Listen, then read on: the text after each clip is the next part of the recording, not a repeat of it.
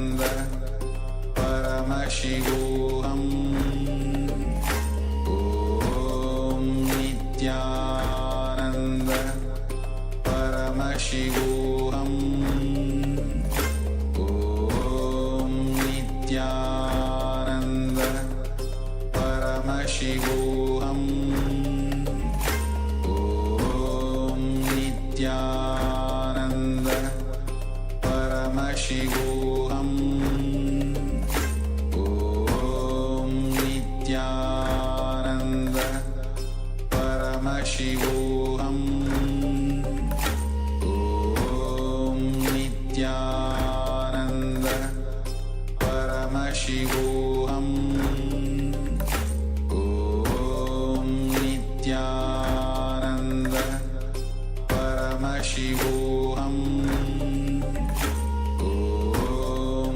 Om Nityananda Paramashivoham Om Nityananda Paramashivoham Om Nityananda Paramashivoham Om Nityananda Paramashivoham Om Nityananda Paramashivoham. Now, slowly return to your physical body. Start to wiggle your fingers and toes, your wrists and your ankles, your elbows and your knees. Pull your knees up towards your chest and rock your body from side to side as you slowly return to comfortable seated position. Congratulations, you completed the Pratama Vinyasa Krama, the first 108 asanas of this sequence. Let us all now get ready for the remainder of the Dvitiya Vinyasa Krama after just a short gap. Nityanandam, thank you for watching, and if you found the video enlightening, Please give it a like, comments, and subscribe to stay connected with us. don't forget to click the bell icon to receive the notifications.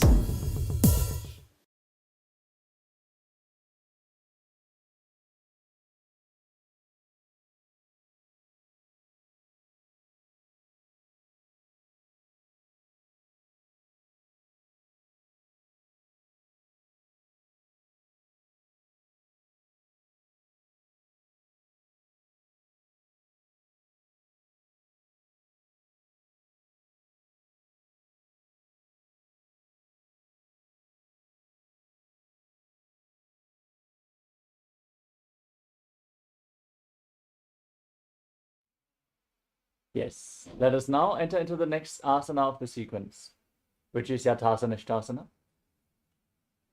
In a comfortable position that brings ease to your physical and mental space, keep your hands on top of your knees in Bindu Mudra, index fingers and thumbs together. Visualize Swamiji in your inner space. Perform Samana Kumbhaka, inhale into your navel region. Hold your breath, then exhale and again hold your breath. Visualize the fire rising up your spine as you internally chant the japa Om Nityananda Paramashivoham in Yathasana Ishtasana. पर्यङ्कं तत्समाख्यातं यथ संस्थं यथा स्थितिः. Next up is Samasana. In a cross-legged position, place your hands on the knees and inhale and exhale as deeply as possible again and again as you visualize Swamiji in your inner space. इदानीं गर्भिणीनां योगाभ्यासो यथा लघु सुखप्रसवलाभाय प्रोच्यते प्राक्तने पथि.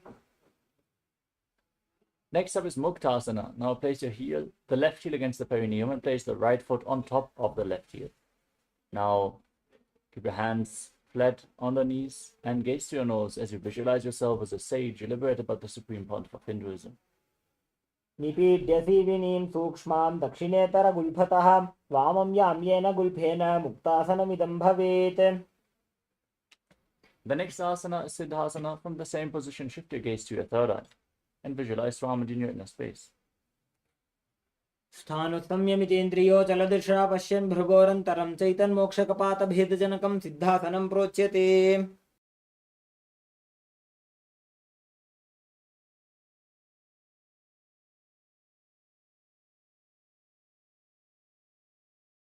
Next up is Siddhi Asana. Now shift your gaze down to the ground in front of you. Engage Mahamudra Bandha and visualize Swamiji in your inner space. Internally chant Om Nityananda Paramashivoham. वामपादके इडीजानो सीवनिमधिता सुकोठानो. The next asana is Rudrasana 2. From the same position, place your hands on the knees in Bindu Mudra, index fingers and thumbs together. Gaze towards your third eye and visualize yourself as Lord Buddha.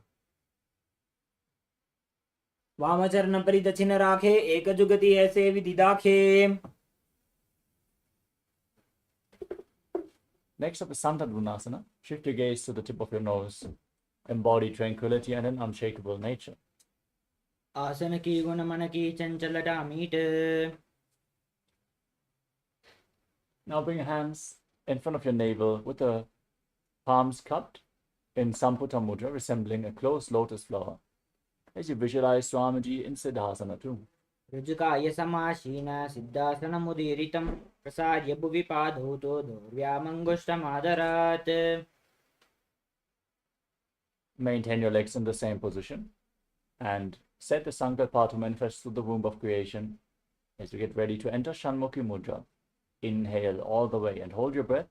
Then close your lips with little and ring fingers, your nostrils with the middle fingers, your eyes with your index fingers, and your ears with your thumbs in Bandha Yoni Asana. यत्र मध्ये महादेव बन्धयोन्यासने शृणु यत्कृत्वा केचरो भूत्वा विचरेदीश्वरो यथा. Next up is Virasana. Now place your right foot on top of the left thigh and the left foot below the right thigh. Keep your hands on top of your knees in Bindu Mudra. Gaze forward as you embody the state and space of bravery in Virasana. एकं पादमतैकस्मिन् विन्यस्योरणि संस्थितः इतरस्मिंस्तथा चोरुं वीरासनमुदीरितम्. The next asana is Valmikasana. Maintain your hands on the knees in Bindu Mudra. Gaze up towards your third eye and visualize Sage Valmiki, the great poet and author of Ramayana. दावापगकीपगतलिपुनि एडि है Zoya. Next up is Joni Mudrasana. Now, maintain your legs in the same position, but place your hands flat on your knees.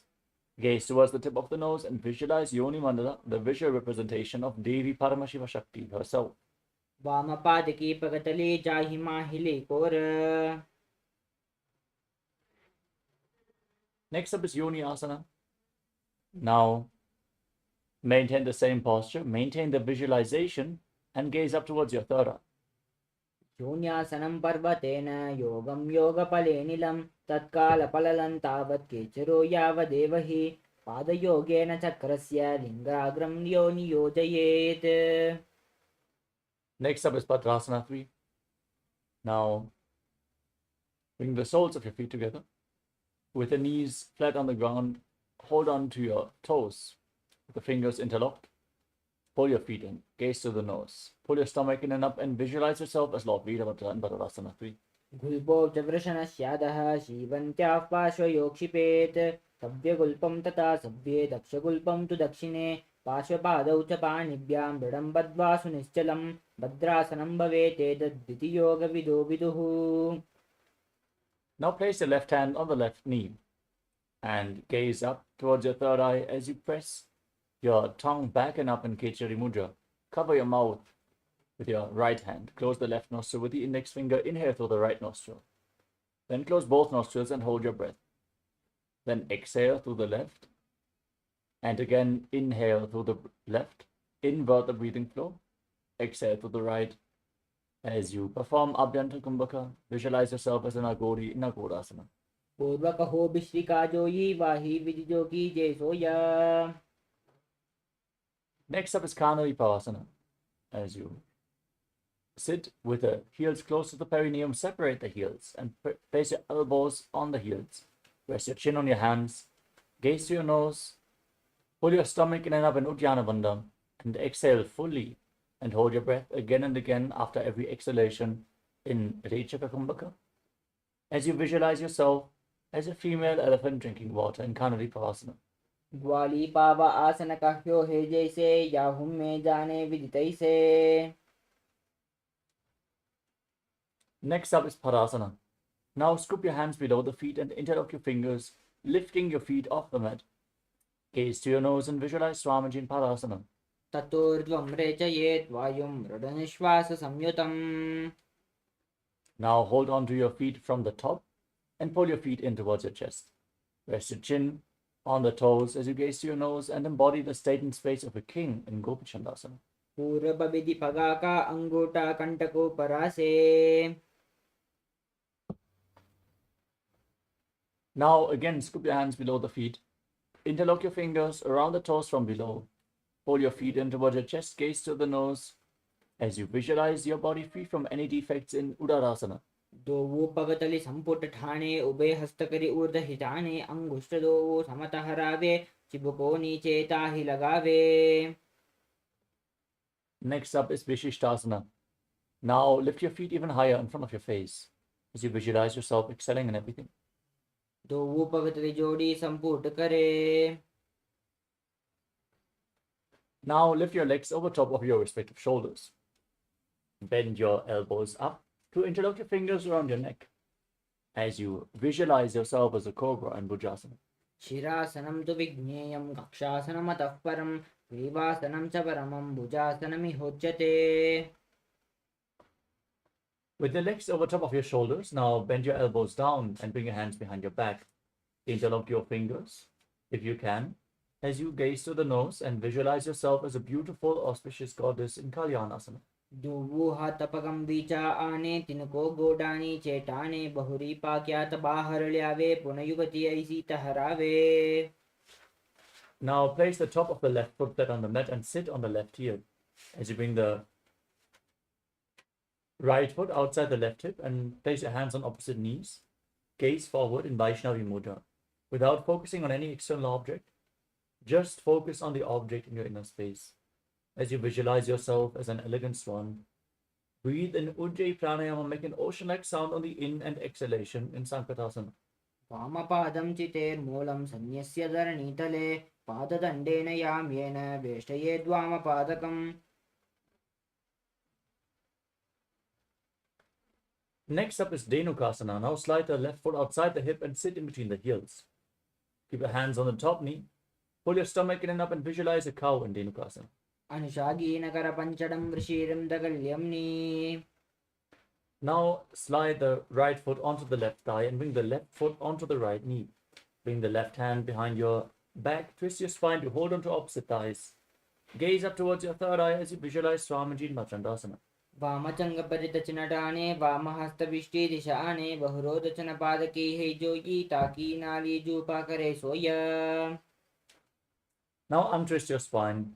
Hold onto the big toes and lean forward and down. As you gaze to your third eye and visualize Swamiji in Machandasana. प्रथमजी मनोचरण जोई वामजंग परिराखे सोई ताकि AD कड़िसो लावे बहुरी जगति यह और करावे.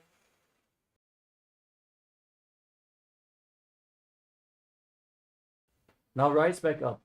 Interlock your fingers and place them on the top knee. Engage all the bandhas, Mahamudra Bandha, as you visualize Swamiji, your Guru, in your inner space in Guru Asana.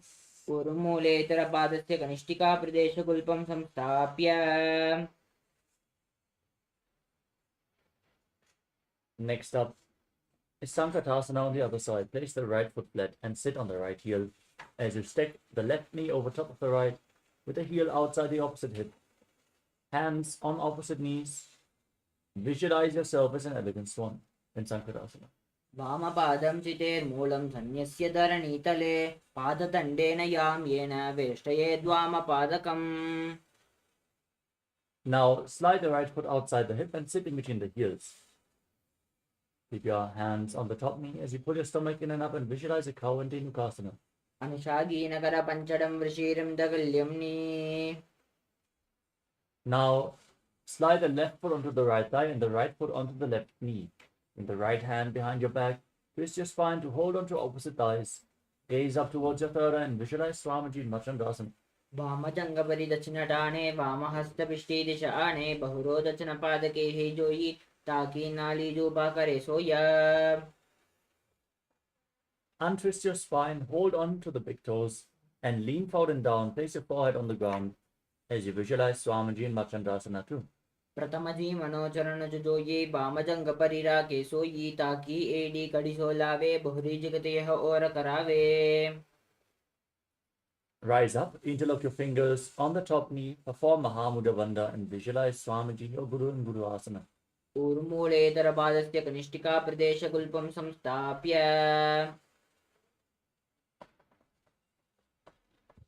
Now, place your feet flat on the ground and raise your knees towards your chest. Pull the knees in with your hands. As you press your tongue back and up, lead it upwards in Kechari Mudra as you gaze to your third eye and visualize Swamiji in Pashasana. पादतले भूमौ निदाय जानुनि उरसनिदाय विपरीतहस्ताभ्याम् ऊरुसहितजङ्गे निबध्य तिष्ठेत् पाशासनं भवति. Now hold on to opposite wrists with your hands.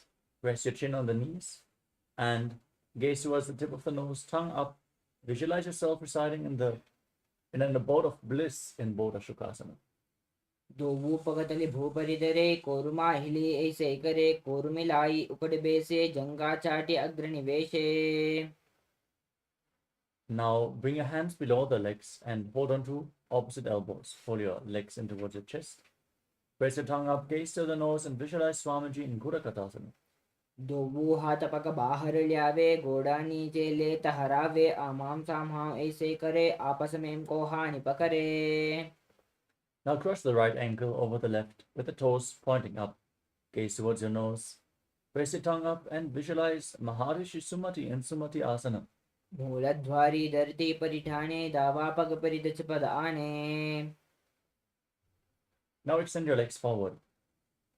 Interlock your fingers and raise them up over top of your head with the elbows straight, wrists pointing outwards. Lock your chin to the chest, contract the perineal floor and pull your stomach in and up. Gaze to your nose, press your tongue upwards and visualize Swamiji as you make an ocean-like sound with your mouth in Dandasana. इदानीं गर्भिणीनां योगाभ्यासो यथा लघु सुखप्रसवलाभाय प्रोच्यते प्राक्कनेपति दण्डपद्मभरद्वाज वीरवज्रसमानितो. Now lean forward and down, hold on to the big toes in Prana Mudra. With index and middle fingers, bring your head close towards the knees as you inhale through one nostril and exhale through the other alternatingly in Nadi Shodhana. Cleanse Ida and Pingala Nadi, the main nadis along your spine.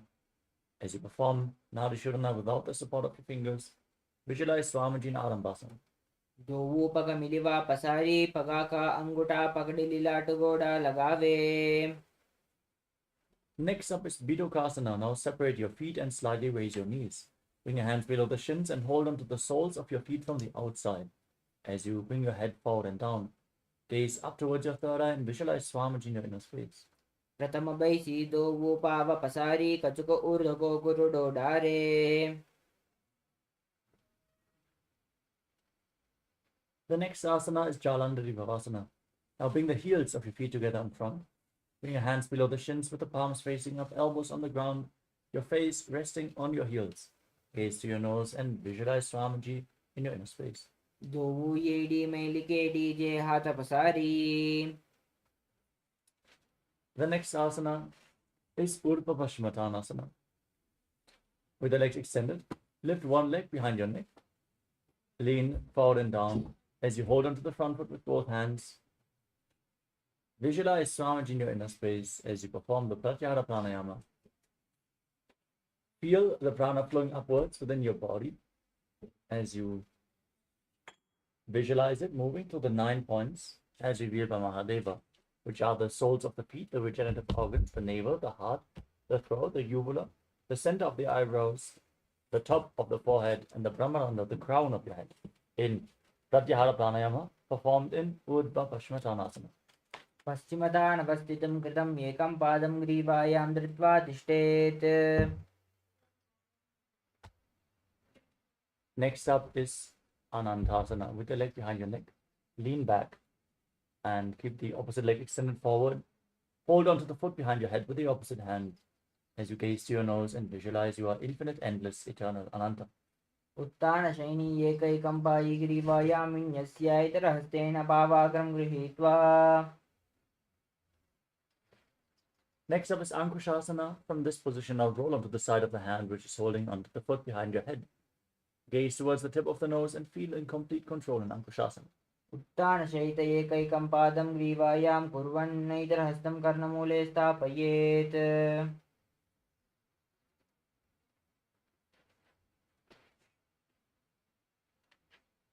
Now lay on your back and lift your knees towards your chest. As you squeeze your body into a ball, rock your body from side to side and visualize Swamiji in your inner space as you feel the prana flowing upwards within your body in Dirshasana. उत्तानशयनं मस्ततलाभ्यां भूमिम् अवष्टभ्य पादतलाभ्यां भूमिं धृत्वा. Next up is Urdhva Vashmathanasana on the other side. Now lift the other leg behind your neck. Lean forward and down, hold on to the front foot with both hands as you visualize Swamiji in your inner space. पश्चिमतानवस्थितं कृतं एकं पादं ग्रीवायां धृत्वा तिष्ठेत्.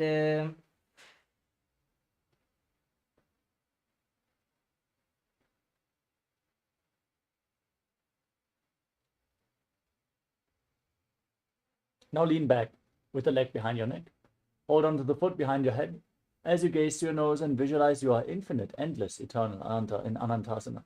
उत्तानशयनी एकैकम्पायि ग्रीवायामिन्यस्यैतरहस्तेन पावाग्रं गृहीत्वा. Now hold onto the foot and roll onto the side of the hand holding onto the foot. As you gaze to your nose, feel in complete control in Ankushasana. उत्तानशयित एकैकं पादं ग्रीवायां कुर्वन्नैतरहस्तं कर्णमूले स्थापयेत्. We recommend all the participants to perform even these difficult asanas to the best of your capabilities. If you perform the asana sincerely, you will surely experience a breakthrough in yoga. Now lay on your back and one by one lift your feet behind your head.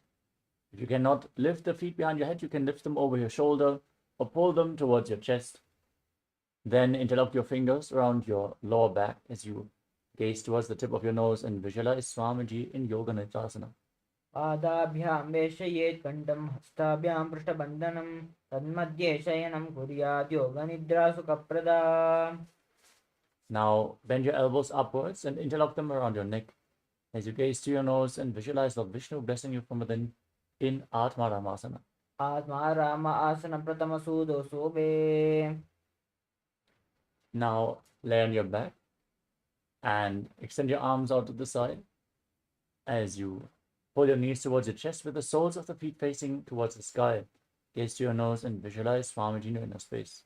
दो वो हाथ सीधा सा करे तीन सो ube Sapa करे. Next up is the Jatara Parivritti. This asana consists of 3 steps. We are going to perform all 3 steps on one side and then repeat them on the other.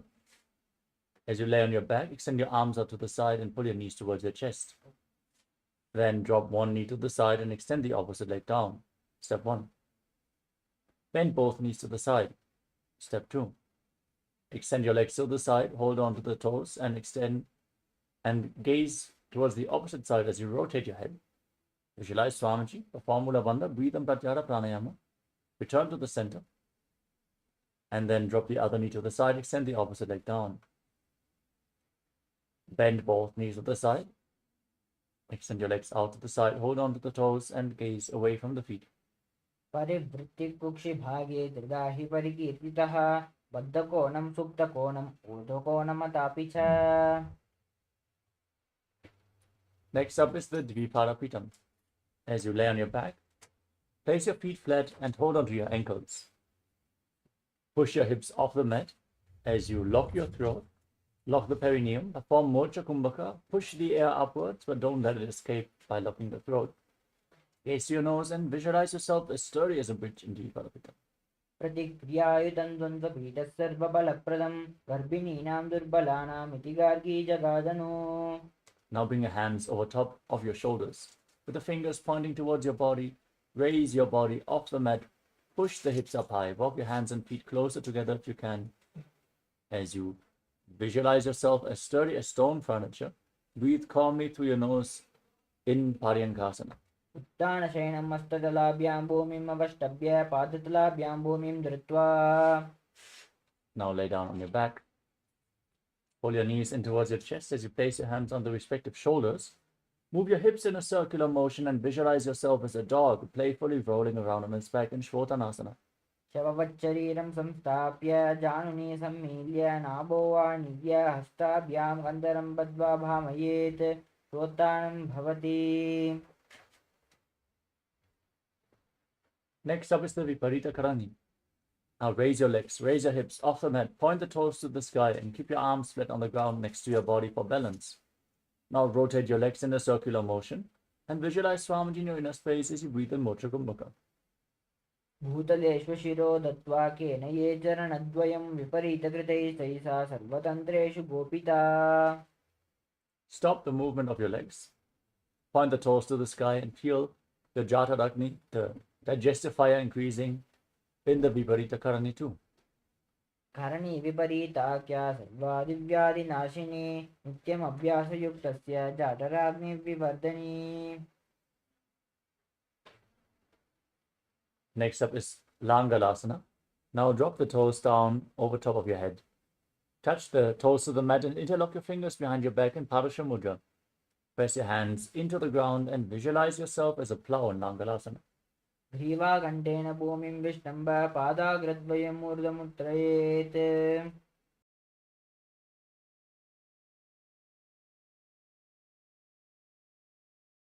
Now hold on to the feet over top of your head. As you visualize Paramashiva in your inner space, internally chant Om Nityananda Paramashivoham. In one of the 84 asanas revealed directly by Lord Paramashiva himself, Shaita Paschimottanasana. तानं शयित्वात् कुर्वीत शैतपश्चिमतानकम्. Now hold on to the feet and separate your legs wide to the side as you keep your hips above the shoulder level for balance. Visualize Swamiji. Keep breathing in Moksha Kumbhaka and Supta Kunasana. परिवृत्तिकुक्षिभागे दृढाहि परिकीर्तितः बद्धकोणं सुप्तकोणम् ऊर्ध्वकोणमतापि च. Now join your feet back together over top of your head.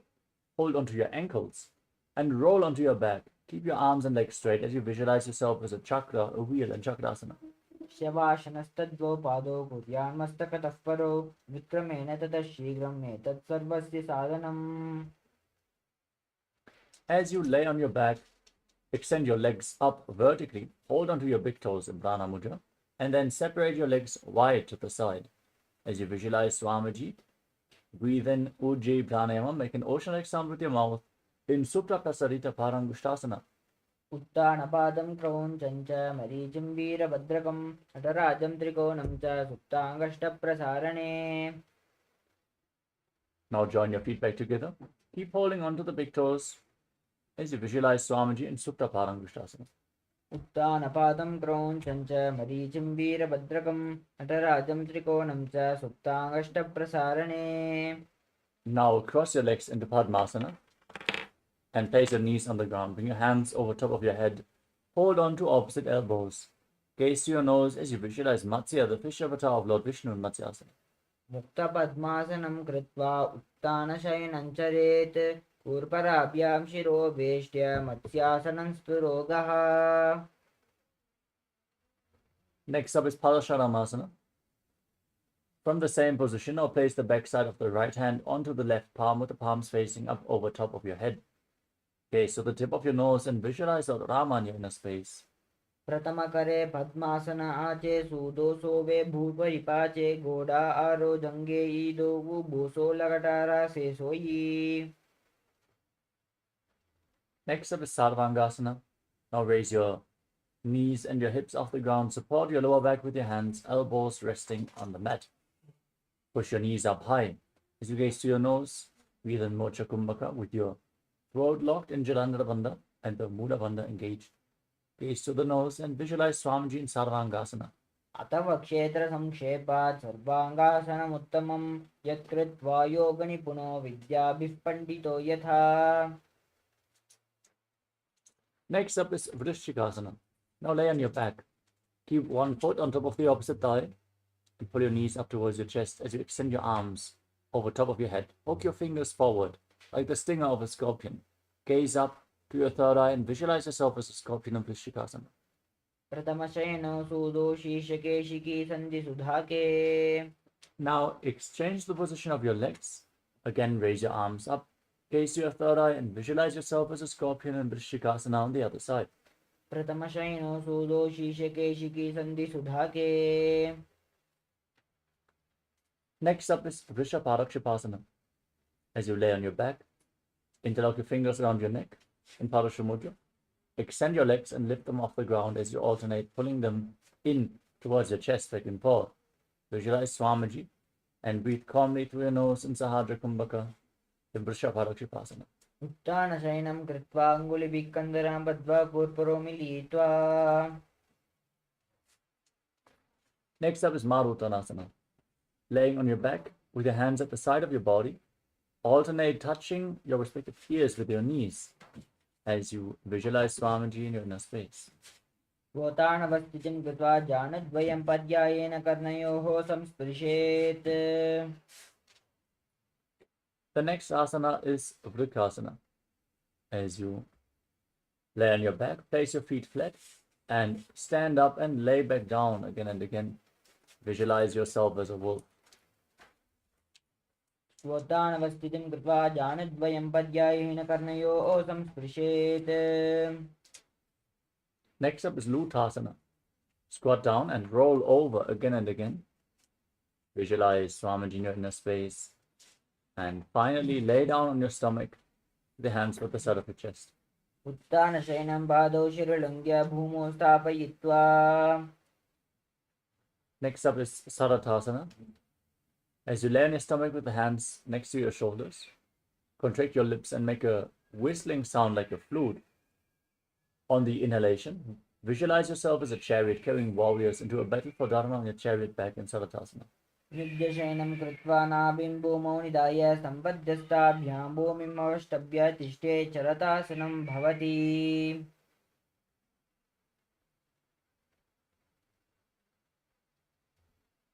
Next up is Dehali Ulanganasana. With your hands flat on the mat, push your body up into a plank position. Jump your feet in between the two hands back and forth as you visualize yourself transcend body and mind.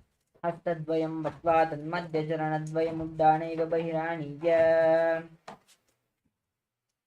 Next up is Jatyasana. From a standing position, lean forward and down and place your hands flat on the mat. Walk around on hands and feet as you visualize yourself as a wise 60-year-old elephant. अथ जाट्यासनं वक्ष्ये येन जाटिस्मरो भवेत्. हस्तान्द्रिभूमौ च गमनम् आगमनं ततः. Next up is Lolitika Karana. Stand in Adimandi posture, heels together, toes pointing outwards and knees bent. Raise your elbows to the chest and rotate your arms around the body as you lean your head back and rotate it in all directions.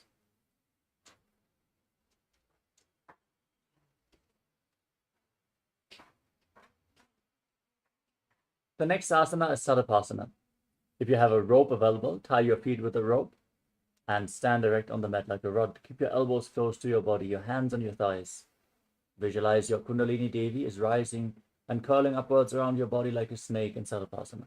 अथ सर्पासनं वक्ष्ये वायुपानाय केवलं शरीरं दण्डवत् तिष्ठेत् रज्जुबन्धस्तु पादयोः. Now lean forward and down and catch your toes from the front with your hand in fists. Walk around on the mat as if you are a camel in Ushtrasadhanasana. मुष्टिकनिष्ठिकाप्रदेशेन भूमौ निधाय उपरिपादतले संस्थाप्य उष्ट्रावत्तुष्ट्रासाडनं भवति. Now from the same posture, hold the toes from the side with your hands and fists. Walk around on the mat, visualizing yourself as a horse in Ashvasana, the horse posture. मुष्टिकनिष्ठिकाप्रदेशेन भूमौ निधाय उपरिपादतले संस्थाप्य अश्वावच्छरीरं चलनीयम् अश्वासनं भवति. Next up is Kapota Nitakasana. As you stand on the mat with the heels together, interlock your fingers behind your back and pull your hands down towards your calves. Open up your chest. Tilt your head back. Breathe deeply through your nose. Let the prana along your spine in Sahadra Kumbhaka. as you visualize yourself as a soaring bird diving. पादतले भूमौ निधाय पृष्ठभागेन हस्तौ जङ्घापर्यन्तं नीत्वा कपोटनिटकं भवति. Next up is the Tala Pushpa Bhutam Karana. Stand in Arimani posture. Heels together, toes pointing outwards, knees bent, join your hands in Namaskara Mudra in front of your heart center. As you bow down to one side, open up your palms and raise the respective heel again and again as you visualize yourself holding a bouquet of flowers and offering it to Paramashivoham.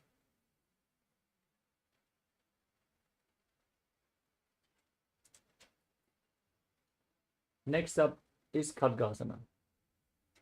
As you stand on the mat, gaze to your nose and visualize yourself as a rhinoceros.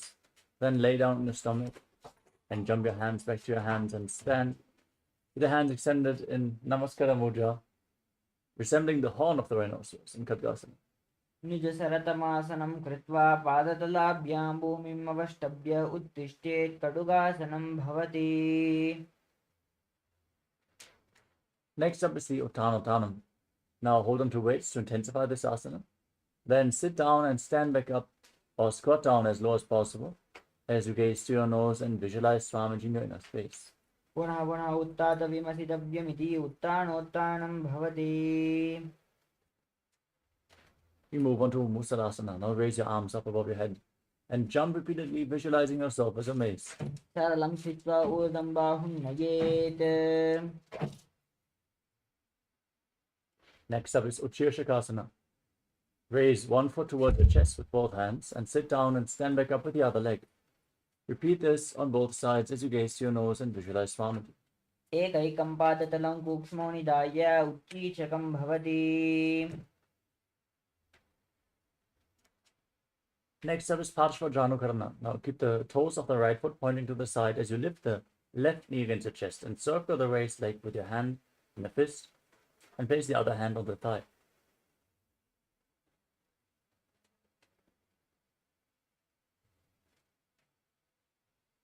Now hold on to weights to intensify the asana as you extend your arms and the left leg forward. Visualize yourself fiercely dancing as Lord Shiva as you sit down and stand back up in Tandavasana. एकेन पादेन स्थातव्यं ताण्डवासनं भवति. Next up is Brahmanasana. Lift the left foot against the inner right thigh with the heel against the perineum. Keep your hands at the side and visualize Lord Brahma blessing you from within. ब्राह्मणासनमावक्ष्ये यत्कृत्वा ब्राह्मणो भवेत् एकपादमुरौ दत्त्वा तिष्ठेत् दण्डाकृतिर्भुवि. Next up is Garudasana 3. Now lift the left foot over and around the right knee. Tuck the toes behind the calf.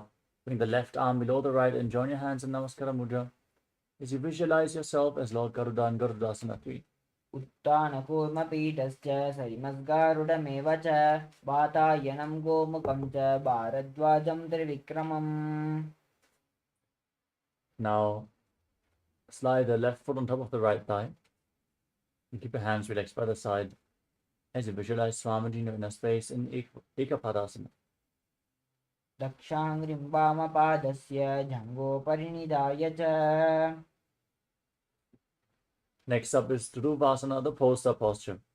Now hold on to the big toe of the left foot as you extend the left leg out to the side. Rotate quickly on the standing leg as you visualize yourself as the North poster. एकेन हस्तेन दण्डरूपस्य एकस्य पादस्य अग्रं धृत्वा.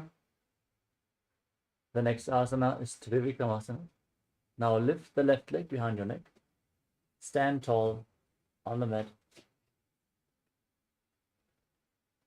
Sit down and stand back up, performing the 3 steps of Lord Vishnu as you visualize Lord Vishnu blessing you from within.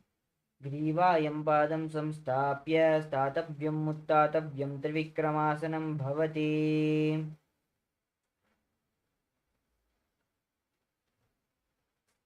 Now repeat Parshvajanukarana on the other side. Keep the toes of the left foot pointing to the side and lift the right knee against your chest and circle the raised leg with your arm. Keep the hand in the fist, the other hand on the inner thigh.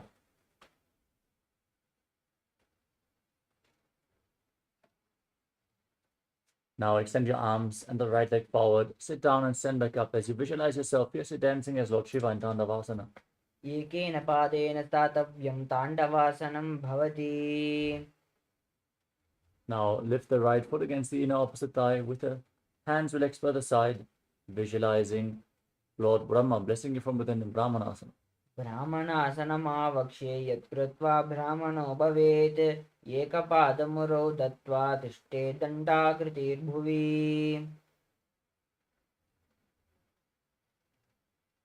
Now lift the right foot over and around the left knee, tuck the toes behind the calf, bring the right arm below the left and join your hands in Namaskara Mudra as you visualize yourself as Lord Garuda and Garudasana 3. उत्तानकूर्मपीठश्च सैमस्गारुडमेव च वातायनं गोमुखं च भारद्वाजं त्रिविक्रमम्. Next up is Ekapadasana. Place the right foot onto the left thigh and keep your hands relaxed by the side. Stand on one leg as you visualize Swamiji in Ekapadasana. दक्षाङ्घ्रिं वामपादस्य जङ्घोपरिनिधाय च. The next asana is Dhruvasana. The pausa posture on the other side. Hold the right big toe and extend the right leg out to the side. As you rotate quickly on the standing leg, visualize yourself as the North Poster. एकेन हस्तेन दण्डरूपस्य एकस्य पादस्य अग्रं धृत्वा. Now repeat Trivikramasana on the other side. Lift the right leg behind your neck. Stand tall, sit down and stand back up. Perform the 3 steps of Lord Vishnu as you visualize Lord Vishnu blessing you from within. ग्रीवायं पादं संस्थाप्य स्थातव्यम् उत्थातव्यं त्रिविक्रमासनं भवति. Next up is Samanakakarana. Stand with your heels touching, the toes slightly pointing outwards, and keep your hands at the side of your body, fingers pointing one by one. Breathe deeply and relax from this intense sequence of asanas as we get ready for the final 100 asanas of this sequence. Nityanandam, thank you for watching, and if you found the video enlightening, Please give it a like, share it with your loved ones, and subscribe to stay connected with us. don't forget to click the bell icon to receive the notifications.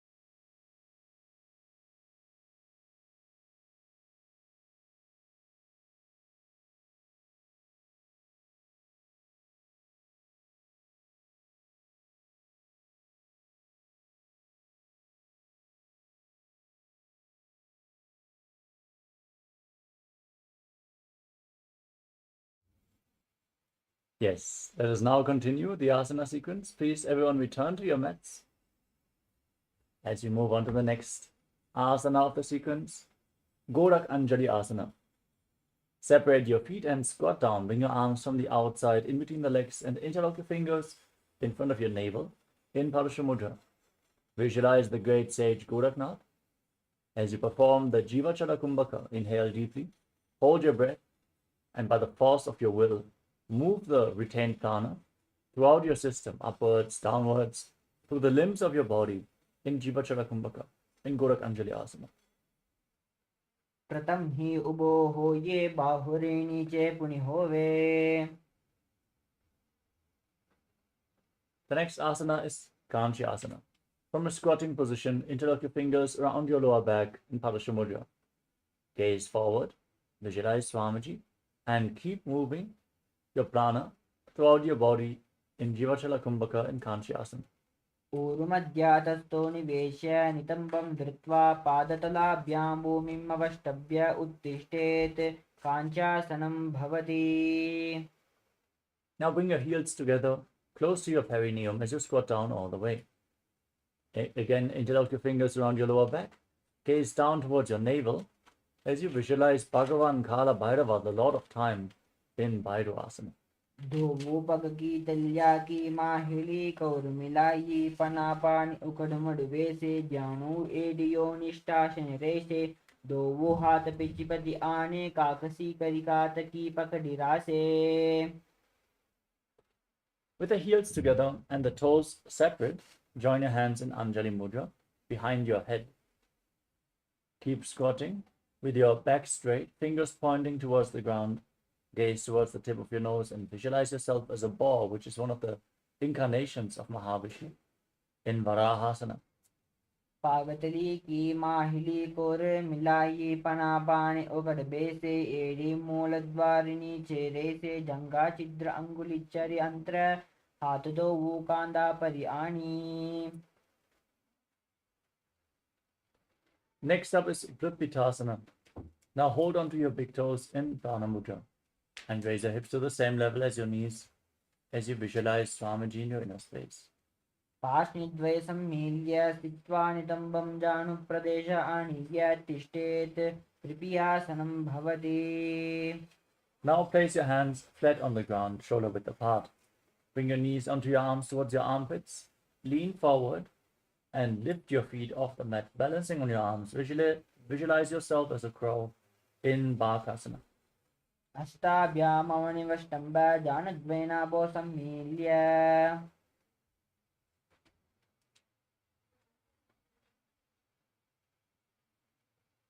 Next up is Sushtanga Kapali Asana. Now place your hands flat on the ground and your head on the mat as well. Bring your knees onto your elbows. Align your hips with the shoulders. Then raise your legs up into a headstand and cross your legs into Padmasana.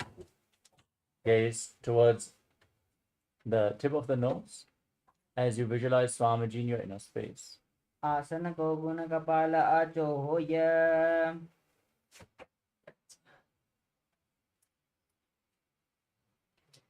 Next up is Guptasana.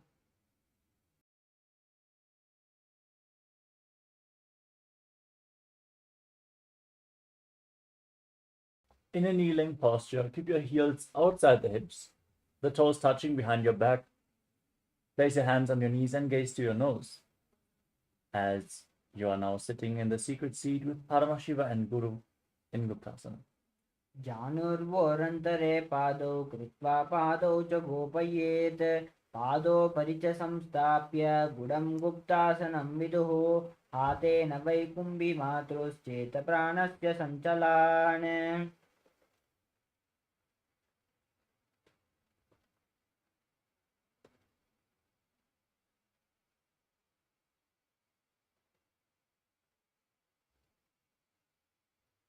The next asana is Vrikshasana too. Now, place your hands flat on the ground, shoulder width apart, and raise your legs up over top of your head into a handstand.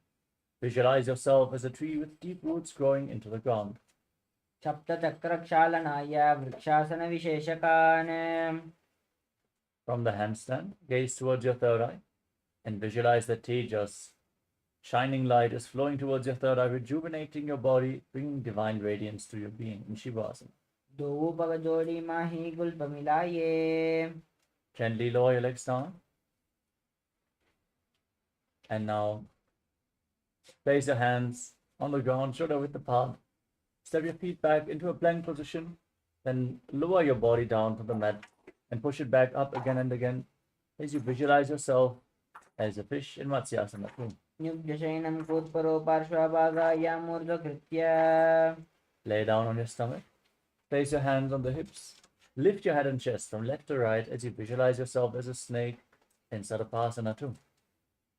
युग्यशयनं कृत्वा हस्तौ नितम्बं संस्थाप्य पादौ दीर्घीकृत्य सम्मीले उरसगन्तव्यं सर्पासनं भवति. Now place your elbows on the ground in front of your body and rest your chin on your hands. Point the toes back, the top of the feet flat on the mat as you feel self-supported and completely independent in Niralambanasana. खराभ्यां पङ्कजं कृत्वा तिष्ठेत् कुर्परया शुदेः मुखमुन्नमनुच्छायै निरालम्बनमासनं निरालम्बनयोगी स्यात् निरालम्बनमासनं निरालम्बनदध्यानं निरालम्बनमासनम्.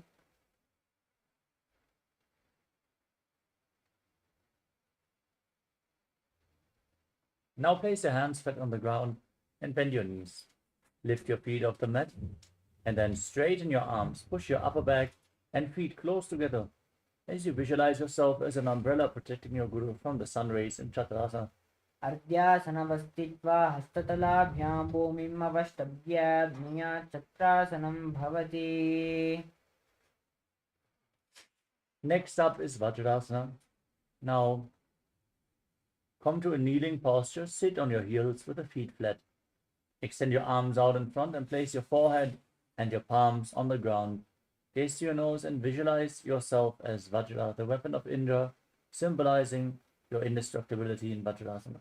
इदानीं गर्भिणीनां योगाभ्यासो यथा लगो सुखप्रसवलाभाय प्रोच्यते प्राक्तनेपति दण्डपद्मभरद्वाज वीरवज्रसमानितो आसनानि सदा कुर्यात् सुदीर्घैरे च पूरकैः.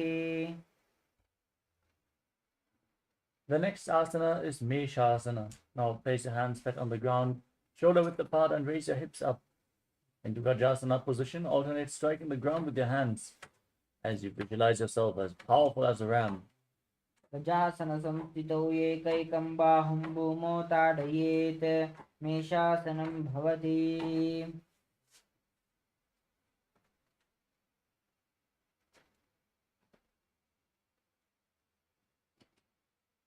The next asana is Ajasana. Now place your hands on the ground, shoulder width apart, and raise your legs up. Then lower your head down towards the ground as you visualize yourself as unborn, existing for all eternity in Ajasana. गजासनसंस्थितौ पादद्वयम् अन्तराले कृत्य.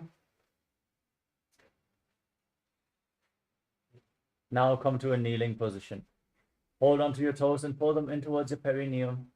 Then place your hands on the knees, gaze to your nose, and visualize Swamiji in your inner space as you make an ocean-like sound with your mouth on the in and exhalation in Dhanantarasana. पूरबविधि परिहाता की काकसी स्योपनासरा मोड़ी पगा की अंगुलीर made लगावे पगतली माहिली कोरे धरती राशि एडिया आनी रासे. From the kneeling position, interlock your fingers in front and move your arms up, down, left, right, in all directions. Give massage to various different joints and muscles of your body. Then interlock your fingers behind and repeat the movement as you visualize Swamiji in the Angamotanam. हस्तयोः अंगुलीर्बद्ध्वा हस्तयोर्मध्यात् सर्वमङ्गमं निष्कासयित्वा तिष्ठेत् अंगमोत्थानं भवति. Now bring your heels outside the hips and point the toes to the side. Rest your thighs and calves on the ground. As you place your hands on the respective knees, Visualize yourself as Lord Garuda, flying Lord Vishnu and Lakshmi on his back in Garudasana form. झङ्गोरुभ्यां दरां पीड्य स्थिरकायोद्विजानुना जानुभरिकरद्वन्द्व गरुडासनमुच्यते. Now join the soles of your feet together behind your back with the toes pointing back. Hold on to your ankles with your hands and push the front of your buttocks on the ground in front of your feet as you gaze up towards your third eye. Visualize yourself residing in the blissful space of a temple in Ananda Mandirasana. अथ वक्ष्ये वीरनाथ आनन्दमन्दिरासनं यत्कृत्वा अमरो धीरो भवत्येवेह साधकः हस्तयुग्मं पाददेशे पादयुग्मं प्रदापयेत्. Now cross your feet behind and sit on the heels. Place your hands beneath the respective knees. Press your tongue flat against the palate of your mouth in Manduki Mudra. Pull your stomach in and up in Uddiyana Bandha and visualize yourself as a frog, like an ocean-like sun with your mouth in Mandukasana too. पृष्ठं सम्पीड्य गुल्पाभ्यां डान्वङ्गे सबलयाकृतिः हस्तौ पादतले क्षिप्तौ मण्डूकं पाददोषहृत्.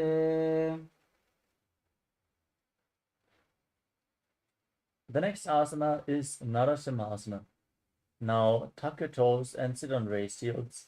Place your palms on the ground in front of you with the thumbs touching. Gaze towards the tip of your nose and stick your tongue out. Exhale forcefully again and again through your mouth as you visualize Lord Narasimha, the lion avatar of Mahavishnu, in Narasimhasana. दो पनापानि होय वेते AD मलरि गुडा निवेशे सुम शरीर निकात हरावे NASA दृष्टि अग्रकोल्यावे.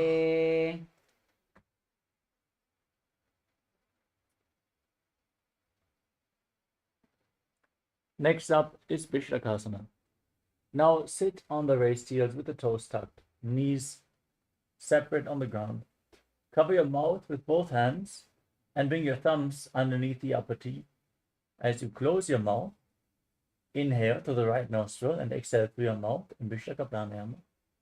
Gaze to your nose and visualize yourself as Devi, victorious over all your fears in Vishlakasana.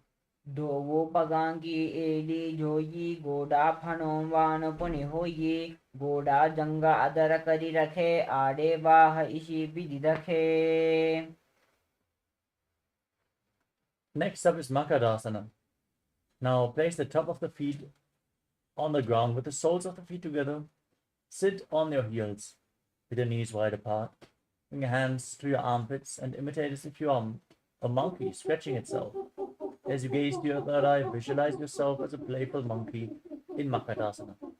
दोवो पगतली संपुट आने तिनकी पिष्टि भूमि परिठाने मूलद्वार एड्यां परिल्यावे मूड़ा हाथा ऊंचा तहरावे. Now raise your knees off the ground. Bring the soles of the feet together and your knees wide apart. Sit on the raised heels and hold on to opposite elbows behind your back. Fix your gaze at the tip of the nose in Shambhavi Mudra, eyes open wide, unblinking, as you embody diamond-like strength for you and your Sangha, your spiritual community, in Vajra Sangarasana. प्रथम पनापानि होय बेसे दोवो AD गुडा निवेशे गोडा उबा राके their आडे वाय पसारे वीर पृष्ठि दिशि दोवो करि आने तिनकी जुगति आसे विदिठाने गाह्या परस्पर भुजा जो दोवो कोहन्या लगटे पाकरे सोवो. Next up is Kanjanasana. As you cross your feet and sit on the top heel, place your hands flat on the ground next to your body. Pull your stomach in and up in Uddiyana Bandha. As you gaze to the tip of the nose, visualize perfect health beyond any and all physical or mental ailments in Kanjanasana. कञ्चनासनमावक्ष्ये यत्कृत्वा सृष्टिरो भवेत् पृष्ठे पादद्वयं बद्ध्वा हस्तो भूमौ प्रदारयेत् भूमौ हस्तद्वयं नाथ पाटभित्वा निलां पिबेत्. Next up is Kurmasana. Maintain your legs in the same position and place your hands on the respective knees. Make your upper back and neck stiff like the shell of a turtle. Contract your upper back and neck as you gaze to the tip of the nose and embody a turtle with a stable body and mind to live for hundreds of years in Kurmasana. गुल्पौ च वृषणस्यादो विक्रमेण समाहितो ऋजुकाय शिरो ग्रीवं कूर्मासनमितीरितम्.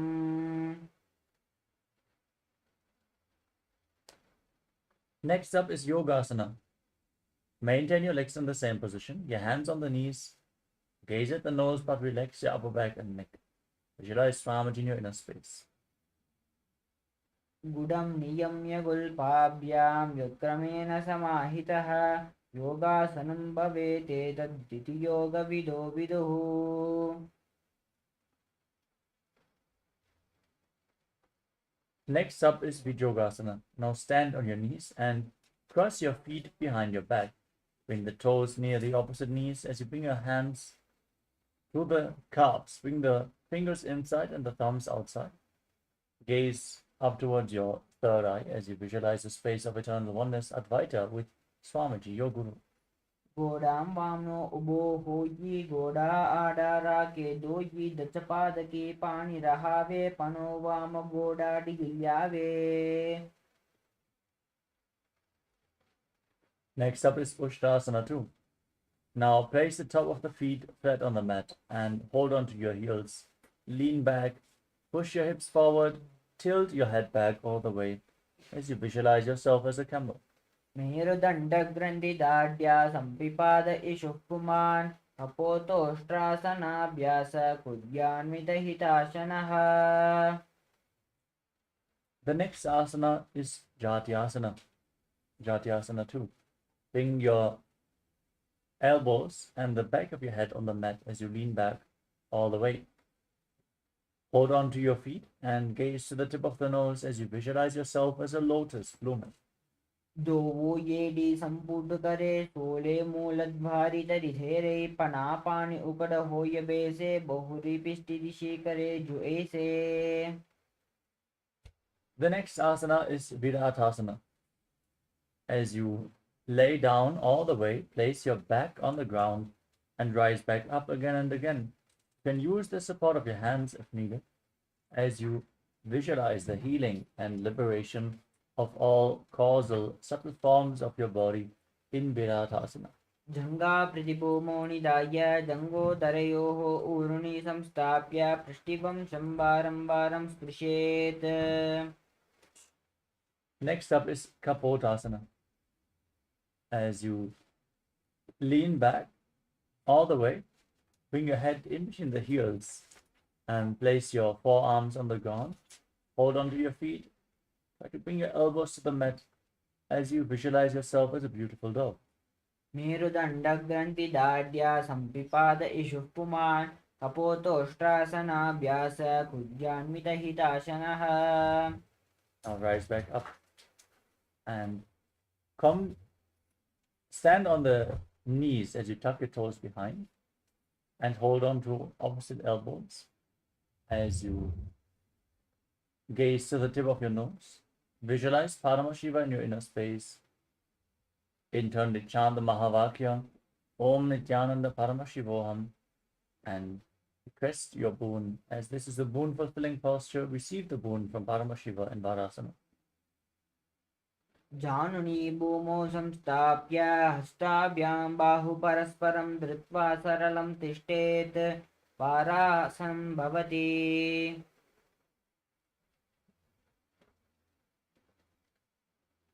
Now lean forward and down, place your forearms on the ground and sit on the heels with the toes tucked. Rest your head on your hands as you visualize yourself as Varaha, the boar avatar of Lord Vishnu in Varahasana 2.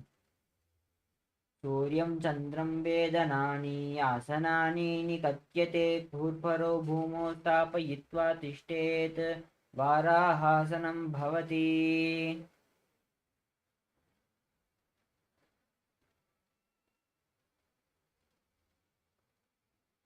Next up is Mundasana. With your forearms on the ground, elbows shoulder width apart,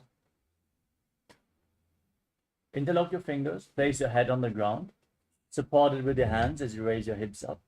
Align your hips with the shoulders, and then straighten your legs up into a headstand. As you gaze to the nose, breathe calmly in Sahadra Kumbhaka, and visualize yourself as a locked tree in Mundasana. अधो मुण्डासनं वक्षे सर्वेषां प्राणिनां सुखम् ऊर्ध्वमार्गे पदे दत्त्वा धारयेन्मारुतां सिरीः. Gently lower your legs down. Come to a kneeling posture, sitting on the heels. As you separate your knees, lean forward and down and bring your head in between the knees. Hold onto your head with your hands and keep the elbows outside the legs. As you inhale through your nose and exhale through your mouth, fix the gaze at the tip of the nose and visualize Swamiji Nandasana. प्रथम पगतली समत हरावे कोरुमाहिली ube मिलावे पनापानि उकड़ कर वेसे दोवु एडि गुडा निवेसे.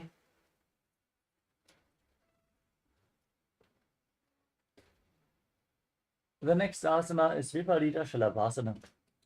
You can hold on to weights if you want to intensify this asana as you lay down on your stomach and extend your arms out over top of your head.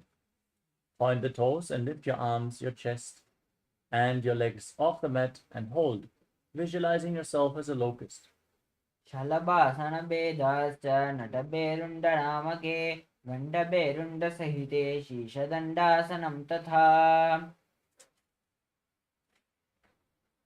Next up is Kapalasana. Now keep your hands at the side of your body. Place your forehead on the ground and then lift your legs up without lifting your chest.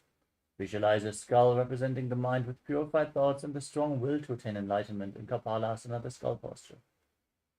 कपालं भूमौ निधाय ऊर्ध्वं पादौ नयेत् कपालासनं भवति. Next up is Akasha Kapotasana. Now raise your hips up and lift your legs over top of your body. Try to bring your feet on the ground in front of your body as you visualize yourself as a free and open dog. उष्ट्रासने स्थित्वा चरणौ भूमेरुत्थाप्य मस्तकोपरि नीत्वा. Now come to a kneeling posture and place your forearms on the ground in front of your body. Press your navel on top of your knees and visualize yourself as a sparrow in Chatakasana. पूर्वरपर्यन्तौ हस्तोदरामवष्टम्भ जानुनी नाभो सङ्कुञ्च तिष्ठे चटकासनं भवति. With your forearms on the ground, now raise your hips up and lift your legs over top of your body. Bend your knees and try to touch the back of your head as you visualize yourself as a scorpion in Vrishchikasana too. यश्चैव पुष्टप्रतिमाङ्घ्रिपार्श्वे धृत्वा श्मशीजे चिबकं विदार्यकौ.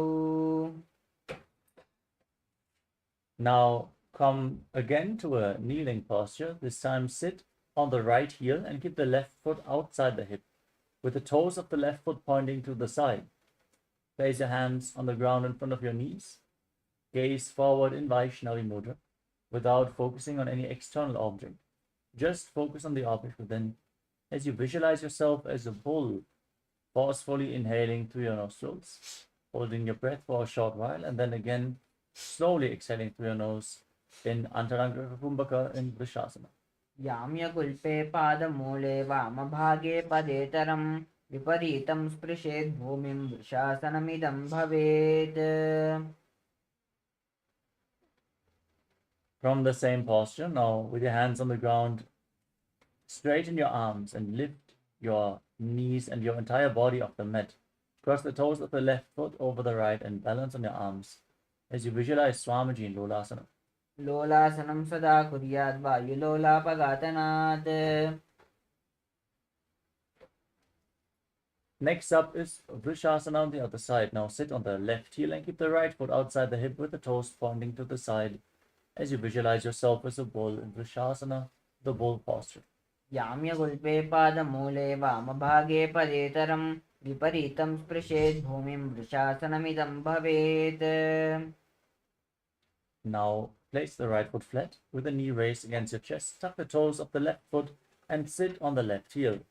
Keep your hands on the respective knees and visualize Bala Gunahai, one of the 84 siddhas in your inner space, in Bala Gunasana.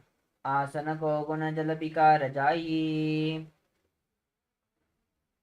Now stand up and squat down. Bring your hands from the inside around your legs, holding on to your ankles from the outside as you visualize yourself as the entire planet in Grahasana.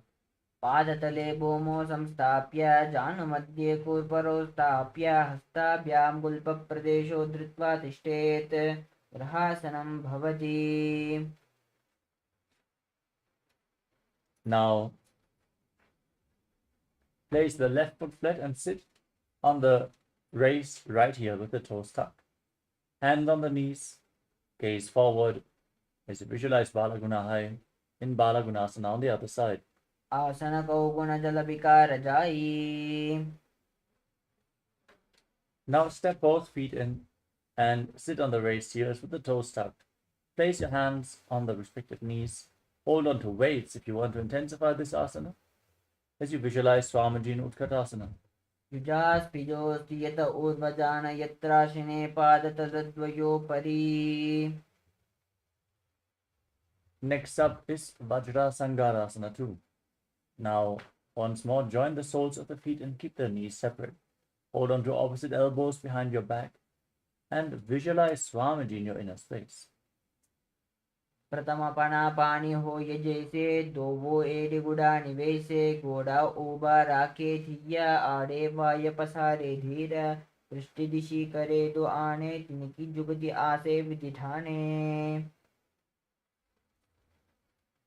Next up is Anilasana. Now place your hands flat on the ground and step your heels on top of the back of your hands. Squat down all the way, keep your arms straight, gaze to your nose and visualize you are able to live off of air alone in Anilasana. दो वो हाथ भूम परिठाने कहुनी जाड़ी ना बिलग आने पनो दो आसे विधि करे पिष्ट्य तेलिया की परिधेरे. Now place the back of your hands on the mat and step your feet onto your palms. Wrap your hands around the feet like shoes and walk around on the mat, visualizing yourself wearing padukas, walking all across India in Padukasana. हस्ततलयोः पादतले कृत्वा तिष्ठेत् गच्छेत् पादुकासनं भवति. Next up is Kukutodhanasana. Now place your hands on the ground, shoulder width apart. Raise your legs up and let them fall back down again and again as you visualize yourself as a rooster. हस्ततले भूमौ कृत्वा पादतले च ऊर्ध्वमुड्डानं कृत्वा. Next up is Viparita Nityasana. With your hands on the ground, raise your legs up into a handstand and move your legs around, dancing on two hands as you feel yourself become free of all inhibitions. हस्ततलाभ्यां भूमिम् अवष्टभ्य ऊर्ध्वं पादाग्रे कुर्वन्. Next up is Kunjarasana. Now separate your feet and place one hand flat on the mat, holding the other ear with your restricted hand as you visualize Swamiji in your inner space. अथ वक्ष्ये महादेव कुञ्जरासनमुत्तमं करेण इकेन पादाभ्यां भूमौ तिष्ठेत् चिरकरः. Now exchange the position of your hands. Repeat Kunjarasana on the other side. अथ वक्ष्ये महादेव कुञ्जरासनमुत्तमं करेण इकेन पादाभ्यां भूमौ तिष्ठेत् चिरकरः. Now squat down with the heels together close to your body. Hold on to your ankles and lift your toes off the mat. Balance on your heels as you visualize yourself as a kadamba tree, a pious tree that promotes a long life in Karambasana. पार्ष्णिभ्यां भूमिम् अवष्टभ्य हस्तद्वयेन गुल्पो धृत्वा तिष्ठेत् काडम्ब भवति.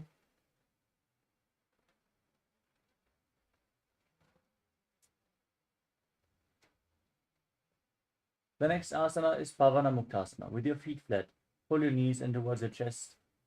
Inhale and exhale deeply. Lead the prana along your spine as you visualize any excess vata being released from or balanced within your system in Pavana Muktasana. द्वयोस्तु पादयोः पाणिं लात्वा सुस्तनितम्बके जानुनि वक्षसि साधुर्बभ्रति करबन्धनैः एवं विदासितिर्यत्र तत्र वायुमुतासनम्.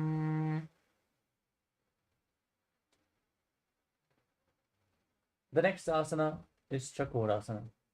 Now lift one leg behind your neck. Extend the opposite leg forward. Keep your hands at the side and then lift your entire body up off the ground, extending the forward leg up. Gaze to your third eye and visualize yourself as a powerful source of energy. पूर्वतानं चतुष्पादं पीठं वज्रासनं तथा. Now hold on to your big toes in prana mudra with the respective hands. Hold the right foot towards your ear as if you're pulling a bowstring back. Visualize your body as a bow in Dhanurasana too. पादाङ्गुष्टौ तु पाणिभ्यां गृहीत्वा श्रवणावधीः धनुराकर्षकाकृष्टं धनुरासनमीरितम्. Now lift the right leg over your shoulder and hook the left foot on top of the right foot. Extend your legs out to the side as you lean forward, find balance, and lift your entire body off the mat, visualizing yourself as a flying crane in Ashtavakrasana. वासिष्ठमतकौण्डिन्यं मूर्धकुक्कुटमेव च. The next asana is Pranasana.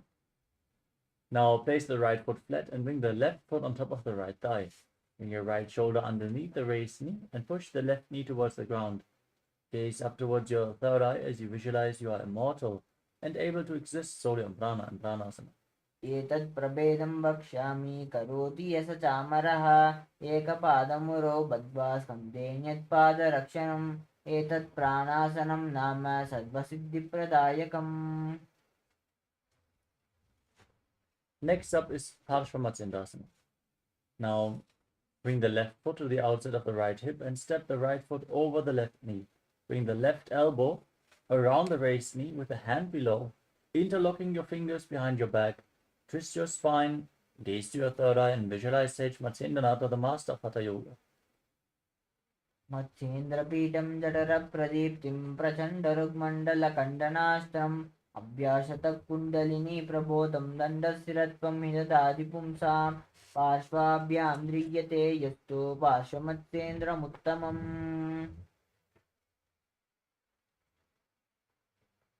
Now repeat Chakorasana on the other side. Lift the other leg behind your neck. Extend the opposite leg forward. Lift your entire body off the ground and balance as you visualize yourself as a powerful source of energy and gaze to your third eye in Chakorasana. पूर्वतानं चतुष्पादं पीठं वज्रासनं तथा. Now catch a hold of the big toes in Prana Mudra and pull the left foot towards your ear. Visualize yourself as a bow in Dhanurasana too. पादाङ्गुष्टौ तु पाणिभ्यां गृहीत्वा श्रवणावधि धनुराकर्षकाकृष्टं धनुरासनमीरितम्. Now lift the left leg over your shoulder and hook the right foot on top of the left. Lean forward and extend your legs out to the side as you visualize yourself as a flying crane in Ashtavakrasana on the other side. वासिष्ठमतकौण्डिन्यं मूर्धकुक्कुटमेव च. Now place the right foot onto the left thigh and keep the left knee raised. Bring the shoulder underneath the raised knee. Push the right knee to the ground as you gaze up and visualize you are immortal and able to exist solely on prana and pranasana. एतत् प्रभेदं वक्ष्यामि करोति yes चामरः एकपादमुरो बद्ध्वा स्कन्धेऽन्यत्पादरक्षणम् एतत् प्राणासनं नाम सर्वसिद्धिप्रदायकम्.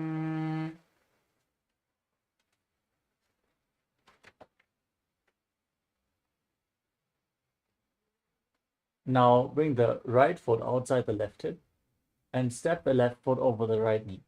Bring the right elbow around the raised knee, hand below, and interlock your fingers behind your back as you gaze up towards your third eye and visualize Sage Matsyendranath and Parshvamatsindasana. मत्स्येन्द्रपीठं जठरप्रदीप्तिं प्रचण्डरुग्मण्डलखण्डनास्त्रम् अभ्यासतः kundalini प्रबोधं दण्डस्थिरत्वं हि ददाति पुंसां पार्श्वाभ्यां ध्रियते यस्तु पार्श्वमत्स्येन्द्रमुत्तमम्. Next up is Ardha Paschimottanasana. Keep the right heel against the perineum and the left leg extended forward. Lean forward and down and hold on to the front foot with both hands. As you breathe in Jivachala Kumbhaka, inhale deeply, hold your breath, and move the prana freely within your body as you visualize Swamiji in your inner space. एकं पादं प्रसार्य एकं पादस्य पार्श्वनाशीवनि सम्पीड्य हस्तद्वयेन प्रसारितपादाङ्गुष्ठं धृत्वा जानुपर्यमस्तकं न्यसेत् अर्धपश्चिमतानं भवति.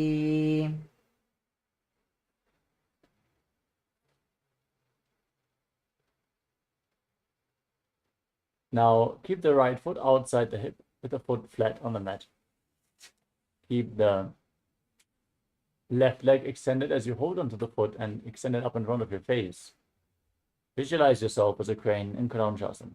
वासिष्ठमतकौण्डिन्यं ऊर्ध्वकुक्कुटमेव च अष्टावक्त्रमतोत्थानं मयूरं सेतुबन्धनम् उत्थानपादं क्रौञ्चं च मरीचिं वीरभद्रकं नटराजं त्रिकोणं च सुप्ताङ्गष्टप्रसारणे. Now extend your legs forward, bring the left heel against the perineum. As you lean forward and down, hold on to the front foot with both hands, the head towards the knee, and visualize Swamiji in Ardha Paschimottanasana. एकं पादं प्रसार्य एकं पादस्य पार्श्वनाशीवनि सम्पीड्य हस्तद्वयेन प्रसारितपादाङ्गुष्ठं धृत्वा जानुपरिमस्तकं न्यसेत् अर्धपश्चिमतानं भवति.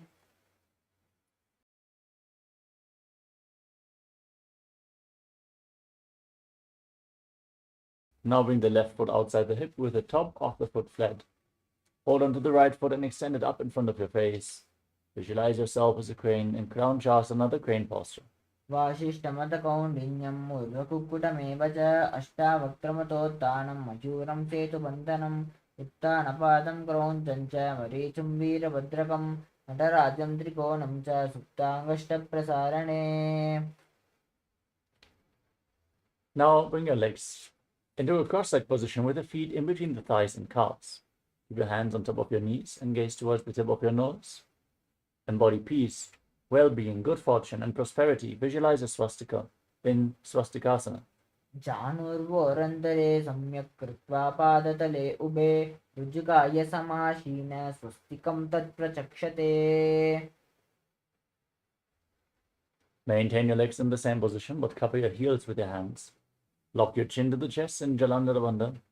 Gaze towards the tip of your nose and visualize the great sage Goraknath, the founder of the Nata Yoga Hindu Sampradaya in Gorakshasana.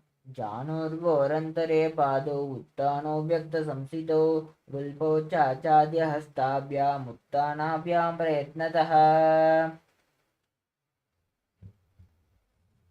Now bring the left heel against the perineum and place your right foot on top of the left thigh. Gaze up towards your third eye. Visualize Swamiji. Meditate on Arihanta, the Enlightened One, the Avatar, as you close your lips with little and ring fingers, your nostrils with the middle fingers, your eyes with your index fingers, and your ears with your thumbs in Shanmukhi Mudra in Bhagasana too.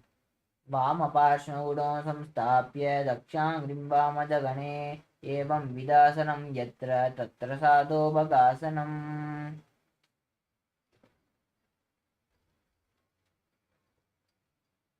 Next up is Yogasana 2. Now place your feet on top of opposite knees and rest your hands on the ground next to your body with your palms facing upwards. Gaze towards the tip of your nose as you visualize Swamiji in your inner space and keep your mouth in the shape of the beak of a crow. Inhale through your mouth and exhale through your nostrils in Kakachantra Kumbhaka as you perform Yogasana 2. उत्थानौ चरणौ कृत्वा संस्थाप्योपरि जानुनो आसनोपरि संस्थाप्य चोत्थानं करयुग्मकम्. Next up is Urdhva Kukkutasana. Now place your palms flat on the ground next to your body and straighten your arms. Pull your knees up towards your chest. Lift your entire body off the ground as you visualize yourself as a rooster. वासिष्ठमतकौण्डिन्यं ऊर्ध्वकुक्कुटमेव च.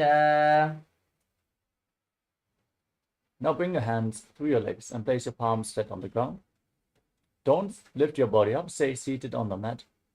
Gaze to the tip of the nose and visualize Swamiji in Siddha Haratali Asana. प्रथमपद्मासनको करे हस्तदो वौ गोडासन्धिधरे.